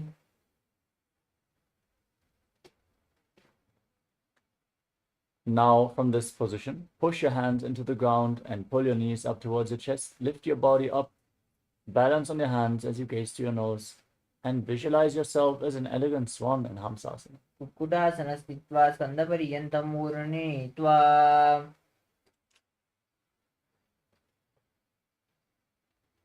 Next up is Karmukasana. Now, raise your hips up slightly and push your hands through your legs. Interlock your fingers in Parashu Mudra as you place your forehead on the ground and sit on your hands. Visualize yourself as Pinaka, Lord Shiva's bow in Karmukasana. कार्मुकासनमाक्षित्य उदरे पूरयेत् सुखं तदा वायुर्वसो याति कालेन सूक्ष्मवायुना. Next up is Karmukasana 2, Kurmasana 2. Now raise your knees up with the legs in Padmasana. Bring your hands through the legs and hold on to the respective shoulders. Visualize you are a turtle having a stable body and mind to live for centuries in Kurmasana 2. Bhami जङ्गपरिदक्षिणभावा दाहिनी जङ्गपरिभामिल्यावा. Maintain the same posture. Tuck your chin to the chest and gaze to the tip of the nose. Rejoice, knowing you're sitting in Shiva's secret knot posture, Granthi Vedasana. अथ पक्षे नीलकण्ठ ग्रन्थिभेदासनं शुभं ज्ञात्वा रुद्रो भवे क्षिप्रं सूक्ष्मवायुनिषेवनात्. Now roll onto your back. Keep holding onto your shoulders as you gaze to the tip of the nose and embody a turtle laying on its back in Uttana Kurmasana. कुक्कुटासनबन्धस्थं कराभ्यां धृतकण्डरं पीठं कूर्मवदुत्थानं एतदुत्थानकूर्मकम्. Now kick yourself back up into Padmasana and bring your hands through the legs. Place one palm flat on the ground and hold its wrist with the other hand. Lift your entire body up onto one arm as you visualize yourself as a rooster in Pangu Kukkutasana. कुक्कुटासनवस्थित्वा एकेन हस्तेन अन्यसिमनिबन्धं धृत्वा. Now place the other hand on the mat. Repeat Pangu Kukkutasana on the other side. कुक्कुटासनवस्थित्वा एकेन हस्तेन अन्यसिमनिबन्धं धृत्वा. The next asana is Gurudasana. From Padmasana, place your elbows down on the toes, interlock your fingers in Parashu Mudra and rest your chin on your hands with your thumbs pressed against your throat. Visualize you have gone beyond all greed and covetous in Gurudasana. जानुर्वोरन्तरे पादौ उत्तानौ व्यक्तसंस्थितौ वल्पौ चाचाद्यहस्ताभ्याम् उत्तानाभ्यां प्रयत्नतः कण्ठसङ्कोचनं कृत्वा नासाग्रम् अवलोकयेत्. गोरक्षासनमित्याहुर्योगीनां सिद्धिकारणम्. Next up is Padmasana 3. Now place one hand over the other with the palms facing up in your lap. Gaze towards the tip of the nose. Engage Mahamudra Bandha and visualize Swamiji in your inner space.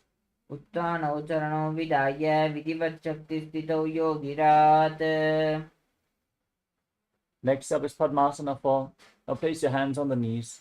Internally chant Om Nityananda Paramashivoham as you visualize Paramashiva in your inner space.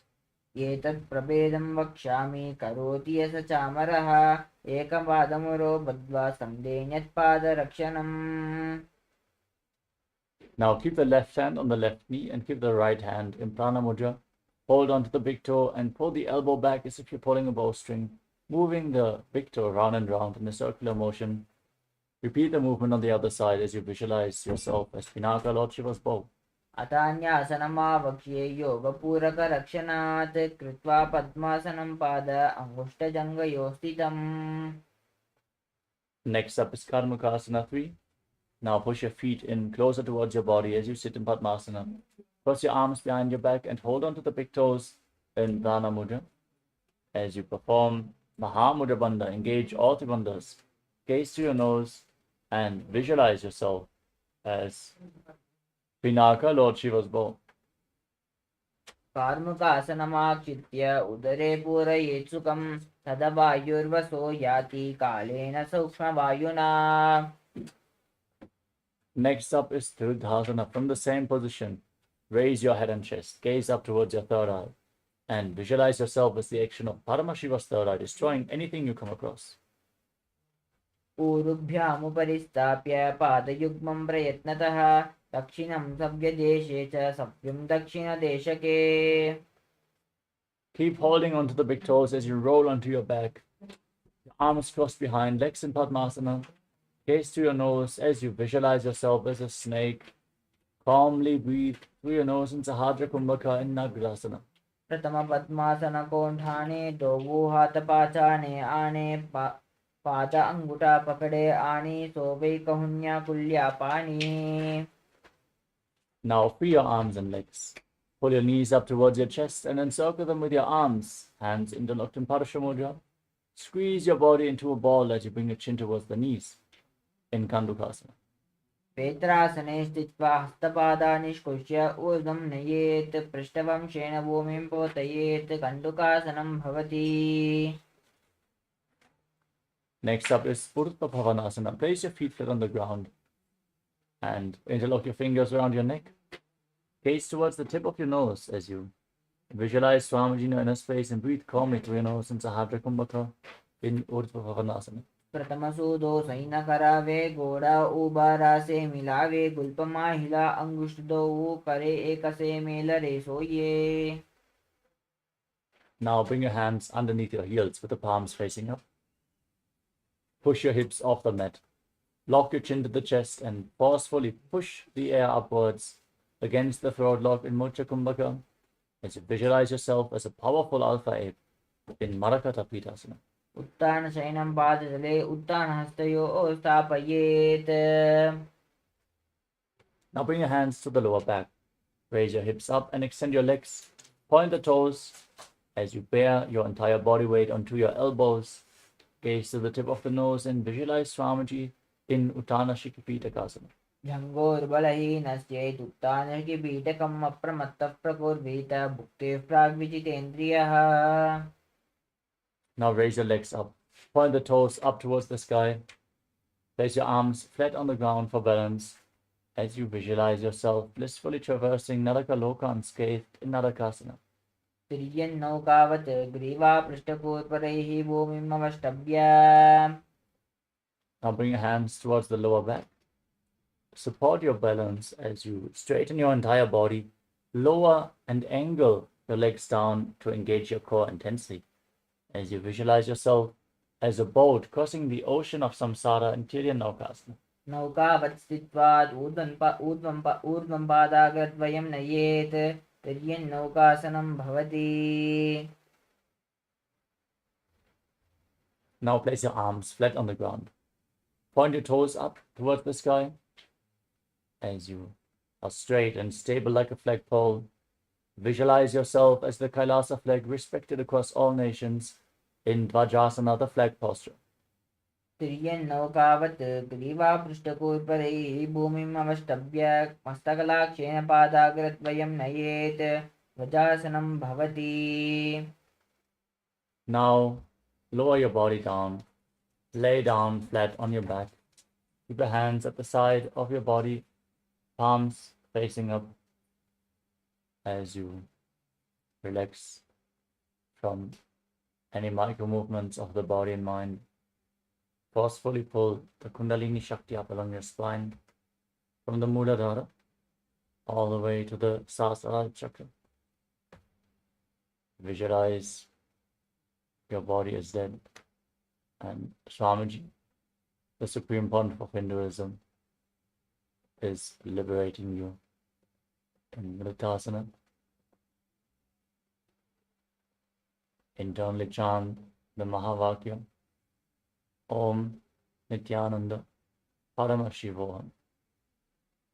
अतशवासनम् उत्तानं शववद्भूमौ शयनं तु शवासनं शवासनं श्रमहरं चित्तविश्रान्तिकारकम्.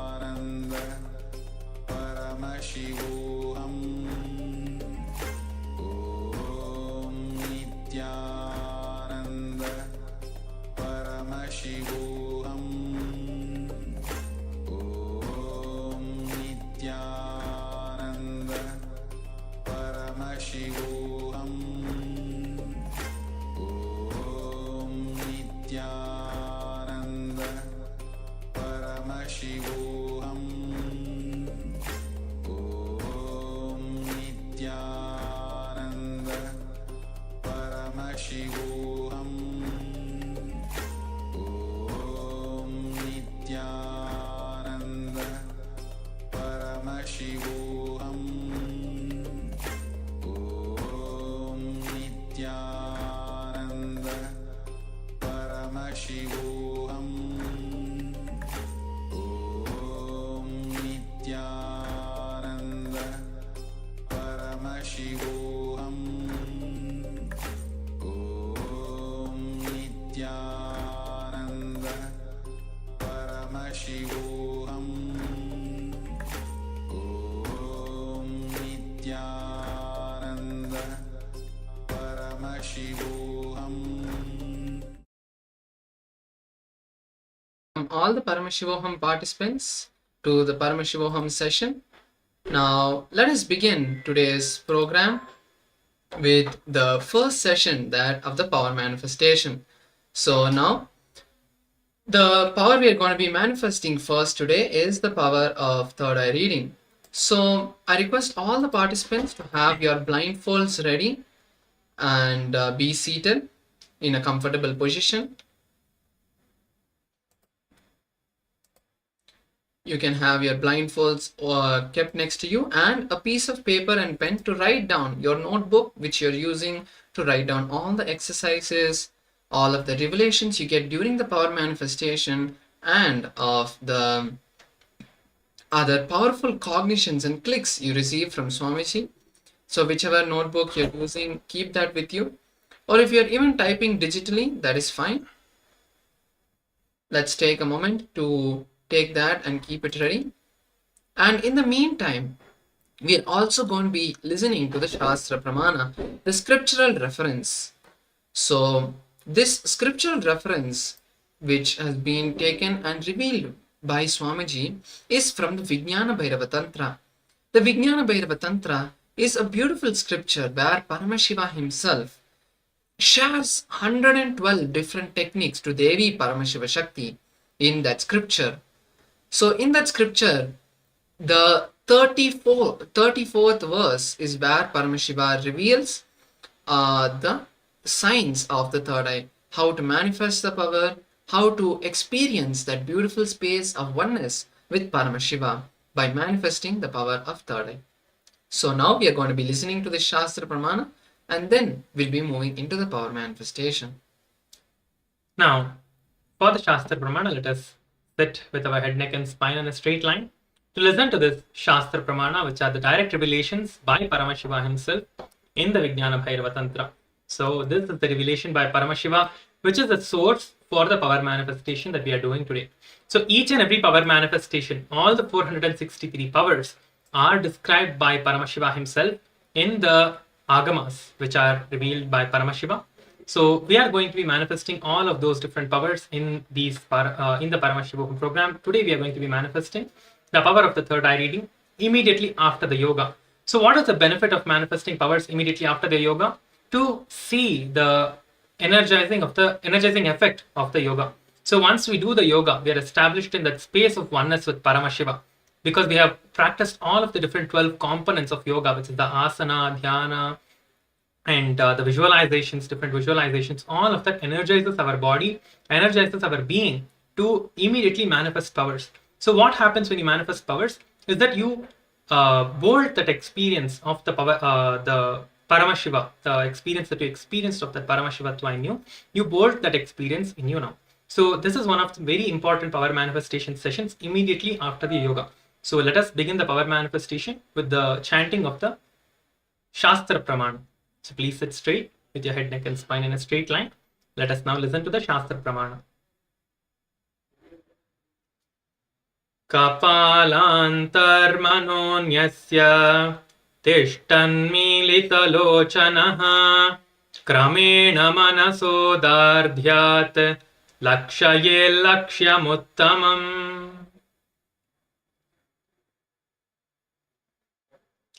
Let us now listen to the translation. By fixing the mind on the inner space within the crown center and sitting stably without any movement, having the eyes closed in succession, by that stability of the mind and inner space, through the power of the third eye, one directly sees the ultimate goal, which is the Lakshyam, by having the vision beyond the sight. That reveals any object or place, attaining the space of Paramashiva, oneness with the source, who is Paramashiva. So if we see in the Shastra Pramana, Paramashiva beautifully describes the technique as well to manifest the power. He says, by fixing the mind on the inner space within the crown center and sitting stably without any movement. So here Paramashiva in the first lines, he tells the way and the posture we have to be sitting and where we have to bring our awareness to. Paramashiva says, bring the awareness to the crown center, to the inner space within the crown center. So if we have all attended the Paramashivoham Level 1, and even in yesterday's sessions, we learned about the chakras. So in our body, the 7 main energy centers which are there, in the crown center is seated the Sahasrara chakra, which is the crown center, and the Sahasrara chakra holds the energy of Guru. So when we have the space of gratitude, that is when the crown center opens up and flowers. So to connect and bring the awareness to the crown center, we need to be in the space of gratitude, not just to anything or anyone, but to our Guru, who is Swamiji. Visualizing the beautiful form of Swamiji in our inner space is the first step that Paramashiva is basically guiding us to. And next he says, sitting stably without any movement, having the eyes closed in succession. And he doesn't say the bodily stability, but he in the next line says the stability in the mind and inner space. So it is not physical stability that Paramashiva is talking about, it is the inner stability, inner peace and calmness. So there's a beautiful example of when they describe our thoughts. They tell that Swamiji says that our thoughts are like fishes jumping in the ocean.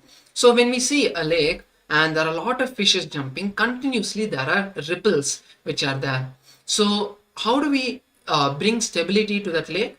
When we make all the fishes to settle down and relax. When all the fishes are unclutched, at that time we see that the lake becomes stable. So that is the same thing that we are doing with ourselves. We are chanting the Mahavakya, and with that beautiful space of the Mahavakya connecting us with Paramashiva, connecting us with Swamiji, what happens is we completely unclutch from the thoughts. All the thoughts which are keep on jumping like the fishes relax and settle down.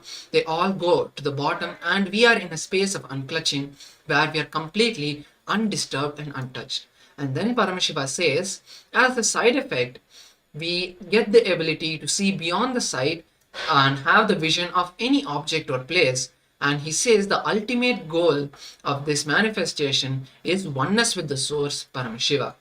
That is another important powerful cognition we have to hold, that the goal of this power manifestation is not just to see with our eyes closed, but it is also to have that space of oneness with Swamiji, experience this space of unclutching, Nirvikalpa Samadhi with Swamiji. So with this, let's now enter the first round of the manifestation. I request all the participants who are seated with us, Anma Anupama Menon, Levi, Abhi, Nikhil, and another participant also, you can all turn on your cameras so that we can see you during this manifestation. As Swamiji has blessed all of us, we are the initiated Balasans of Swamiji. And as the blessings, by the blessings of Swamiji, we have been blessed to conduct this program. So when that blessings is there with us, we are in a high space of consciousness which we are going to be sharing, entangling with you, which will immensely help you manifest the powers of Paramashiva. So I request all of you to please turn on your cameras and be seated. We have another participant. Yes, thank you for turning on your camera. And Nityanandam, welcome to the program. Yes. So now I request all the participants to please blindfold your eyes. And all the participants watching us on YouTube, I request you as well to join the physical Paramashivoham program, which will immensely be beneficial to you. as the physical program, we get to directly interact, help you answer your questions. So I request all the participants watching us on YouTube to also join the program. But now let's enter the manifestation itself. Please close your eyes. Let's take a moment now, once we have closed our eyes, to start visualizing the beautiful form of Paramashiva, of Swamiji, in our third eye. Bring the awareness to the crown center as the Shastra Pramana guided us to. Today, once again, we are going to be seeing colors.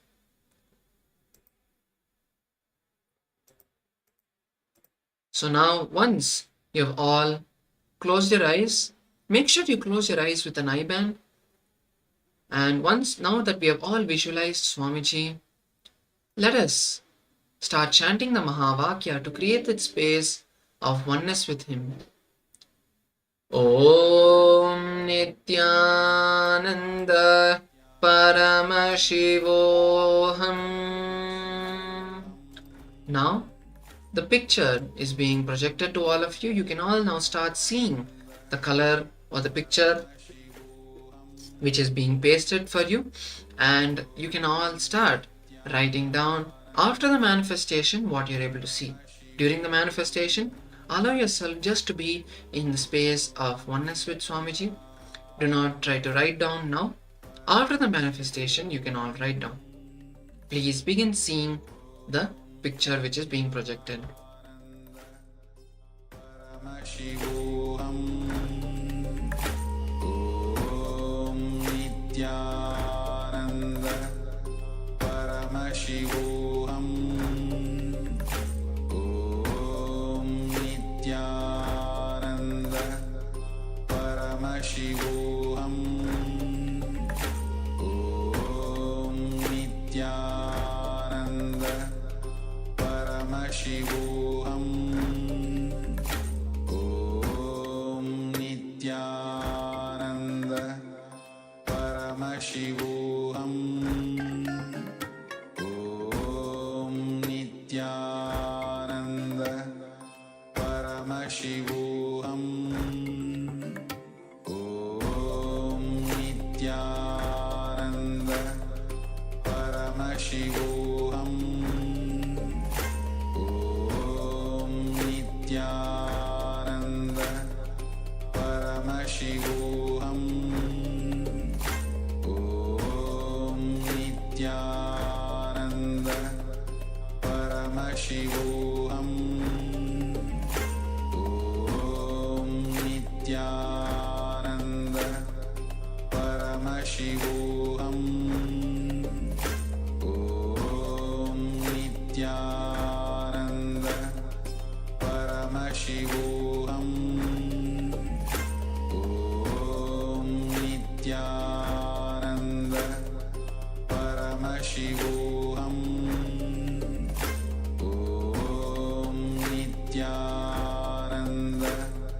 Paramashivoham. Om Nityananda Paramashivoham. Om Nityananda Paramashivoham.